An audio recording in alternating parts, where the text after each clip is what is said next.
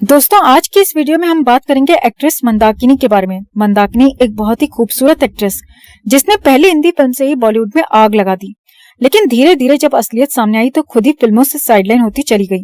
मंदाकिनी का जन्म हुआ था 30 जुलाई 1963 को उत्तर प्रदेश के मेरठ में। मंदाकिनी एक फिल्मी नाम है, असली नाम यास्मीन जोसेफ है। यास्मीन जोसेफ उर्फ मंदाकिनी के पिता एक ब्रिटिश थे जो आजादी के बाद भारत में ही रुक गए। मंदाकिनी की मां एक मुस्लिम थी। मंदाकिनी ने 12th क्लास तक की पढ़ाई की है। उसके बाद मंदाकिनी ने फिल्मों में ट्राई करना शुरू कर दिया। पहली फिल्म मिली बंगाली भाषा में। इसके बाद साल 1985 में फिल्म राम तेरी गंगा मैली के ऑडिशन चल रहे थे। मंदाकिनी ने भी ऑडिशन दिया और फिल्म मंदाकिनी को मिल गई। राम तेरी गंगा मैली उस साल की सबसे बड़ी हिट मूवी होने के साथ साथ सबसे ज्यादा विवादित मूवी भी बनी, क्योंकि मंदाकिनी ने इस फिल्म में काफी ज्यादा बोल्ड सीन्स दिए थे। सीन्स इतने ज्यादा बोल्ड थे कि शायद अगर वो सीन आज की डेट में शूट किए जाते तो उन पर आज के समय में भी विवाद होता। विवाद ना भी होता तो आज के समय में भी चर्चा जरूर होती।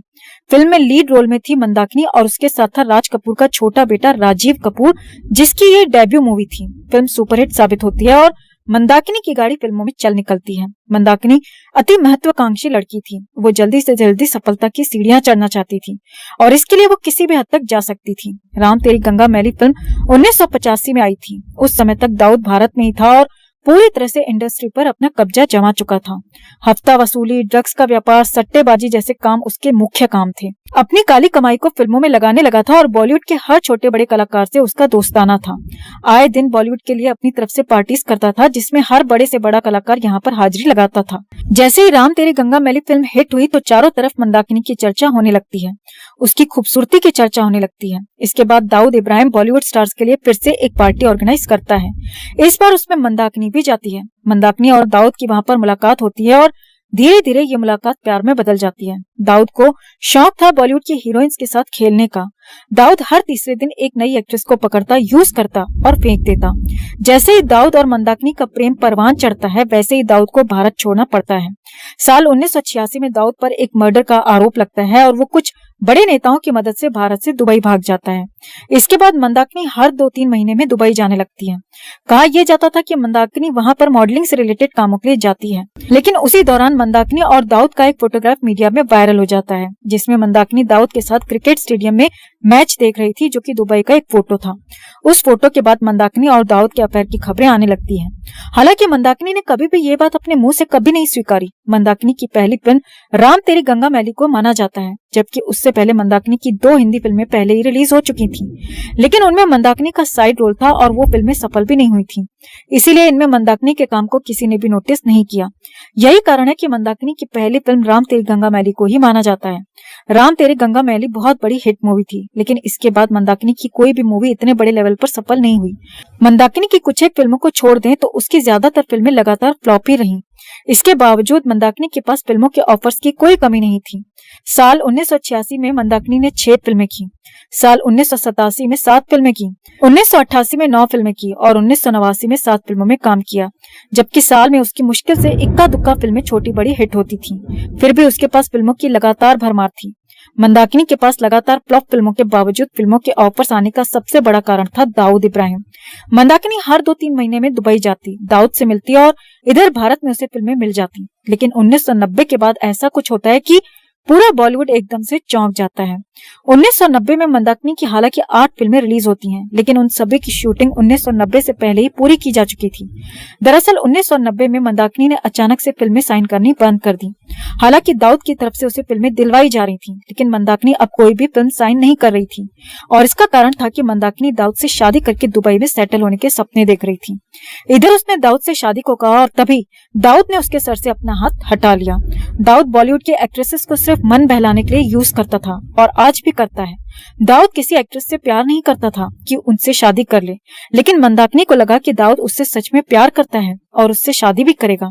इसी वहम ने मंदाकिनी के पूरे करियर को तबाह कर दिया।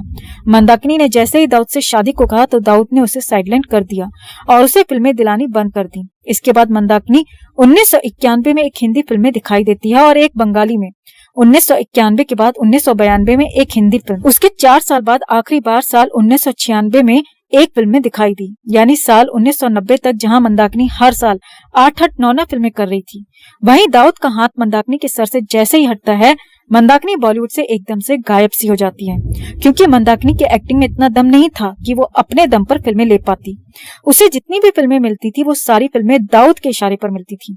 हालांकि कुछ रिपोर्ट्स में ये भी कहा जाता है कि दाऊद ने मंदाकिनी से शादी कर ली थी और यही कारण था कि दाऊद मंदाकिनी के लिए इतना ज्यादा पजेसिव था कि मंदाकिनी को फिल्मों में कास्ट करने के लिए दाऊद बॉलीवुड के फिल्म मेकर्स को खुलेआम धमकी देता था और मंदाकिनी को फिल्में दिलवाता था। दाऊद 1986 में ही भारत से भाग गया था दुबई के लिए और दुबई में रहने लगा था और उसी से मिलने मंदाकिनी हर 2-3 महीने के बाद दुबई जाती थी। लेकिन साल 1990 में दोनों के बीच किसी बात को लेकर विवाद हो जाता है, दोनों में तलाक हो जाता है। तलाक के बाद दाऊद ने मंदाकिनी को फिल्में दिलवानी बंद कर दी और इस तरह से वो फिल्मों से गायब हो गई। वैसे 1990 के दशक में दाऊद खुलेआम बॉलीवुड स्टार्स के लिए पार्टीज रखता था और उनमें सभी कलाकारों को इनवाइट करता था। अब कलाकारों को फ्री में दारू पिलाने के लिए तो दाऊद इब्राहिम पार्टी ऑर्गेनाइज करेगा नहीं। दरअसल उन पार्टीज के थ्रू दाऊद बॉलीवुड में ड्रग के व्यापार को फैलाता था, हफ्ता वसूली करता था और नई नई हीरोइन से जान पहचान करता था जो बॉलीवुड में नई नई लॉन्च होती थी। उन्हीं पार्टीज में जो उसे पसंद आती थी वो उसके साथ जी भर के मस्ती करता था और मन भरने पर उन्हें साइडलाइन कर देता था। 1986 तक दाऊद भारत में रहकर ऐश कर रहा था। 1986 में जब दाऊद दुबई भाग गया तो फिर वहां पर पार्टी करने लगा। 1980 और 90 की शायद ही कोई ऐसी एक्ट्रेस हो जो खूबसूरत हो और दाऊद की नजरों से बची हो। दाऊद की पकड़ 1980 के बाद बॉलीवुड पर लगातार बनी हुई थी, जो आज भी बनी हुई है। वो अपने इशारे पर इस पूरे बॉलीवुड को तभी से नचाता हुआ आ रहा है। खैर, वापस आते हैं मंदाकिनी पर। मंदाकिनी और दाऊद का ब्रेकअप या तलाक हुआ 1990 के शुरुआती महीने में और 1990 खत्म होते होते मंदाकिनी ने दूसरी शादी कर ली। मंदाकिनी की दूसरी शादी जिससे हुई थी वो एक पूर्व बौद्ध भिक्षु हैं जो कि एक डॉक्टर भी हैं। आज मंदाकिनी मुंबई में रहती है। उसके 2 बच्चे हैं, एक बेटा है और एक बेटी। कुछ रिपोर्ट्स में यह भी कहा जाता है कि मंदाकिनी का एक बेटा साल 2000 में एक कार एक्सीडेंट में मारा गया था, लेकिन ये सिर्फ एक अफवाह थी। मंदाकिनी का बेटा और बेटी दोनों जीवित हैं और मंदाकिनी के साथ रहते हैं महाराष्ट्र में। मंदाकिनी आज लाइमलाइट से दूर है और एक सिंपल जिंदगी जी रही है, लेकिन उसने बॉलीवुड के अपने छोटे से करियर में जो गुल खिलाए थे वो आज भी सोशल मीडिया पर जिंदा है। वैसे तो मंदाकिनी का 1996 के बाद बॉलीवुड से शायद ही कोई रिश्ता रहा हो, लेकिन वो आज भी बॉलीवुड में अपने दोस्तों से मिलती रहती है। ये बात उसने खुद एक इंटरव्यू में कही थी जो कि साल 2005 में हुआ था। 2005 में एक मैगजीन को दिए इंटरव्यू में जब मंदाकिनी से उसके पिछले जीवन के बारे में पूछा गया था तो उसने दाऊद के साथ अपने सभी रिश्तों को नकार दिया था। उल्टा उसने एक बयान दिया था कि उस दौर में जिस दौर में मंदाकिनी काम करती थी, यानी 1985 से 90 के आसपास, उस दौर में ऐसा कोई भी कलाकार बाकी नहीं था जो दाऊद की पार्टीज में नहीं जाता हो। मेल फीमेल हर कोई दाऊद की पार्टी में जाकर हाजिरी लगाता था। ये बयान था उसका। मंदाकिनी के बारे में जो काफी लोग जानते भी होंगे और काफी लोग अनजान भी होंगे, लेकिन दाऊद के साथ मंदाकिनी का नाम काफी लंबे समय तक जुड़ा था। ये एक सच्चाई है।